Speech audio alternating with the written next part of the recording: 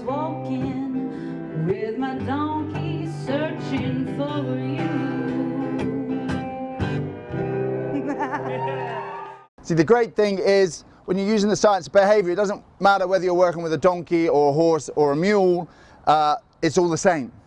And people say, Ben, have you got, do you have some stuff about working with mules? I'm like, yeah, no. Because it's not different. Working with mules is just the same as working with horses. The problem is everybody puts horses as the standard. Well, you got to work with horses like this, and is that different? We got it the wrong way round. If you can work with a mule, you can work with anything. The only difference is you have to do the right things with a mule, because they have that sense of self-preservation, which means if you break the trust, what is trust, everybody? Being able to expect the behavior of another person. See? The ability to predict what another animal or human is going to do. Wow, you're good. You're good. The ability to predict the behavior of another animal or person. How do you get trust? You're consistent.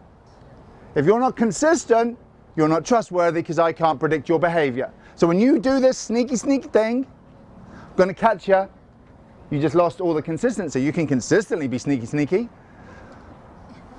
They can trust you to be sneaky, but I ain't going to help you catch them. So we have to work on that. So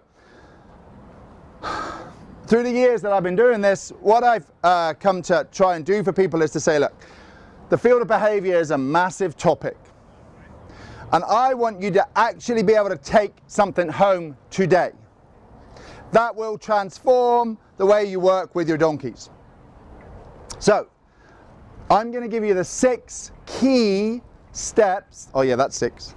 I'm going to give you 5 and then a bonus. I'm going to give you 6 key steps to working with behavior. Now, there are hundreds of things you can do working with behavior, but the problem is our brains are not designed to think about 100 things. But if I can give you these 6 steps and you can do these 6 steps well, and you focus on just these 6 steps, you will see a massive improvement in everything you do. Now, it's the 80-20 rule. I think Plato, an Italian economist, worked out that 80% of the wealth of Italy was in 20% of the population. And you probably all heard it since, 80% of your 20% of your customers provide 80% of your income. 80% of people on Facebook waste 300% of your time. That's Ben's rule. Now, the thing with this is, I think if you concentrate on these 6 things, that's like 20%. But you're going to see an 80% improvement in your communication with your donkey or mule or animal. You just got to get these things right. So, what are the 6 things? One at a time. Here we go. You have to understand the true nature of the species you are working with. Now, this applies to children, donkeys, everything. But if we take in donkeys, we have to understand the true nature is this balance between the flight and fight mechanism. Now, if you've been a horse owner, and most of you may, or some of you may have been through this transition to understand that donkeys are slightly different from horses. And that's what I'm talking about, is understanding the true nature of the animal that you're working with. And it's really easy. You start talking about flight mechanism, you talk about equines, and people say, okay, they're a flight animal. We know that donkeys have a little bit more of the fight mechanism because of their ancestry, and they're going to be territorial and those sorts of things. But what does it actually mean? You see, being a flight animal, actually, when you think about it, especially, it's easy to think about the difference between horses and donkeys. So if you're a horse, okay, you're in a herd, and you see something scary like a mountain lion, you got to run.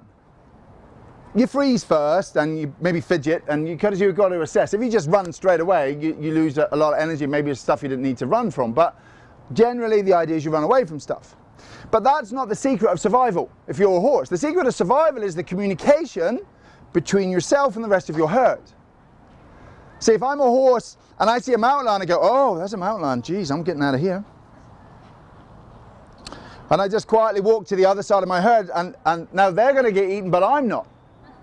That's really cool because I'm safe. But what happens when a member of my herd sees a mountain lion and I don't? So the key thing about horse communication is this. Ah! Sorry, my mistake, fluffy bunny. It's that communication, it's the visual, it's the tail up, it's the body tone, it's the eyes, the flaring nostrils. It's really easy, isn't it, to see when a horse is scared. But a donkey comes from an environment where their ancestors lived on their own, maybe with last year's offspring, or in a, they have a territory around a watering hole. So if you live on your own, running away from everything isn't necessarily the best survival technique, because your foal gets eaten or you're still being chased. But if you have a territory, running away from everything means when you get back, there's no territory because somebody else has taken it. If you show huge amounts of fear, predators can target you and recognize that much easier, and other jacks will come and attack you because they can see you're fearful or in pain, which is why donkeys are so stoic and don't show pain as much. So you've got this animal that's naturally much more internally subdued. You have to figure that out with donkeys. That doesn't mean to say your donkey is not at the same level of fear that a horse is at. So you get that horse, you take him to something scary, he goes, oh.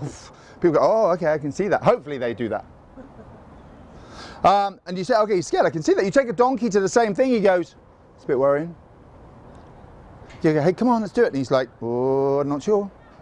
Come on. No, I really can't do that. And people see this and they make a calculation based on the horse body language fear scale. They go, hang on, my horse doesn't look like that. Even if you've never had a horse, you've got the horse body language fear scale because you've seen horses in movies. You've seen horses at the racetrack. You've seen all this stuff. And so what you do is you put the donkey on the horse body language fear scale and you go, well, he doesn't look that scared, but he won't do what I want him to do. So if he doesn't look that scared and he's not doing it, he must be just stubborn. And there's the misconception. So you have to understand the true nature of the animal that you're working with. And that then is the foundation that changes everything else. Because if you're going to start labeling your animal as difficult, as naughty, as deliberately trying to do things to outsmart you, he knows what I want him to do, but he's just not choosing to do it. You are so far from understanding the behavior and workings of the equine brain that you're never going to get there. Okay? And the common thing I see a lot of is he's just taking the mickey. There are other versions, but children may be listening to the video later. And so he's just taking the mickey, he knows what I want him to do. That's just not, deceitfulness is something that's not in the equine repertoire. He can't know that you want to catch him because you're in a rush and you got to get him in and do this, and it'll be really funny if today I don't get caught. He sees your body language going, okay, we've got to do it today, come on. He's like, what the hell is that? Not going anywhere near it. And so we mistake that as deliberate, willful, being difficult, wanting to prove us wrong, make a fool of us, do whatever it is. It's just not there. You have to understand the true nature of the species. What? And then, step 2. You have to be able to communicate. The way to communicate with your animal is through operant conditioning. Operant conditioning has 3 elements: positive reinforcement, negative reinforcement, punishment. I'm not going to do this in huge detail. I'll give you some resources to look it all up afterwards. But I would suggest this is your communications. You have to know this stuff. All right? I will guarantee most people, before they've had training with me, will not understand the principles that they are using all the time. Okay, so people will get mixed up between punishment and negative reinforcement. So I'll really quickly give you a couple of definitions here. I'm not going to discuss it with you because it's just the way it is. You know, it's really hard. People get this stuff. Okay, so let's start with some punishment. Punishment is anything that stops the behavior from happening. Now, it doesn't have to be physically painful, although that's the thing that comes to mind. You pop him on the nose, okay? Comes into your space, you give him a smack, that's punishment. Oh no, I wasn't punishing him. Yes, you were. That's punishment. You wanted to stop him coming into your space. It's punishment. Now, you might not like using punishment. That's absolutely fine. I'm not suggesting you use punishment. I'd prefer you didn't, but you have to know what you're using. It's the animal's perception that is important. If I have a foal and I give him a scratch, he turns around and he nuzzles me because that's what foals do, yeah? And I don't want him to nuzzle me. I could punish him by taking my hands off him. I've taken away something that's really nice, the scratches, to stop him from nibbling me. That is punishment. Oh my God, Ben, you're a punishment trainer. I'm so upset. It's punishment. It's a science. That's what's happening. We have to be really clear about this stuff. So, punishment has lots of side effects. It causes avoidance. It escalates. It doesn't teach the animal what to do. It tells them what not to do. If you're really good at it, it has to be big enough. Has to be with the right timing. You know, you can't get kicked and then go, hey, don't do that. Because he's like, what the hell was that for? Your timing has to be spot on. And most people don't have that skill. It damages the relationship. Enough said. I'm not going to go there in this stage. Know whether you're using punishment. If you want to use punishment, that's your choice. It's not my job as a trainer to tell you how you should train, but you need to be clear and use it correctly. Use it big enough. Use it with the right timing. And be aware of the consequences. That leaves us pretty much with positive and negative reinforcement. So everybody gets a little bit out of shape when we talk about negative reinforcement. Oh my God, it's negative. No, it's not. It's the removal. Taking something away. The cessation of a negative stimulus. People hear the word negative and they think bad. They think uncomfortable. If you have a math sum and you have 5 and you take 3 away, nobody goes, oh my God, was 5 really upset? Was that really aversive to number 3 because we took it away from 5? Yeah. Oh my God, they're really upset. Okay, it's a simple. If I'm the negative stimulus and I reach in and my animal stands still and I release the pressure, I've just used negative reinforcement. If I pull on the lead rope, he has pressure here, he steps forward, I release the pressure. Negative reinforcement. If I squeeze here when I'm riding and he moves forward, I release the pressure. Negative reinforcement. If you get in your car to go home and it goes beep, beep, beep, beep, beep, and there's a little light comes on, tells you put your safety belt on, seat belt, whatever you call them here, that's negative reinforcement. If your wife, gentlemen, is going, why don't you help more? You should do this, you should do that. If you did more, and we call that nagging.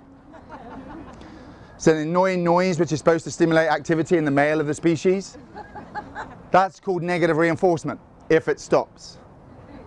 If it doesn't stop, it's just an annoying noise and is an ineffective training method. But it's negative reinforcement. The child going, mommy, mommy, mommy, it's negative reinforcement.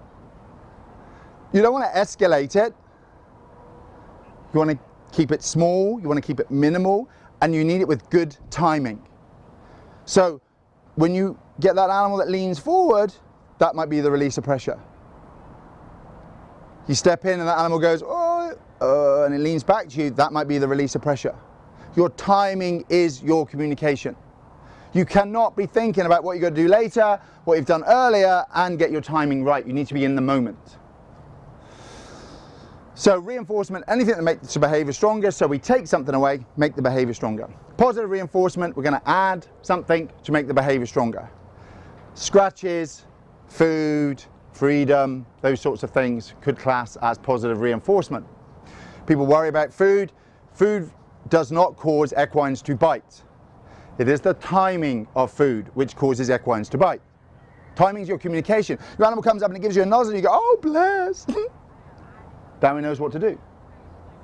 And when you don't give him the food, the behavior will escalate, so he'll try harder. That's what we call a vending machine syndrome. You know, you got a vending machine, put the money in, press the buttons, nothing happens, what do? Kick. Oh, some of you are a little bit aggressive. Yeah, I was just going for, I didn't say what sort of vending machine it was. See, it depends on how, I just bottle of water, chocolate's going to produce different sort of things. But the point is this, right? You actually press the buttons, you do it again, nothing happens. Maybe you did give it a kick, and if that moment, out comes the chocolate bar, kicking works. Yes. Next time you go to a vending machine, push the money in, press the buttons, do this stuff, and nothing comes out, what are you going to do? Kick it, but nothing happens. What do I do now? Kick it harder. That's what donkeys are doing all day. Negative reinforcement is the biggest cause of behavioral problems that I see. The bad timing of negative reinforcement.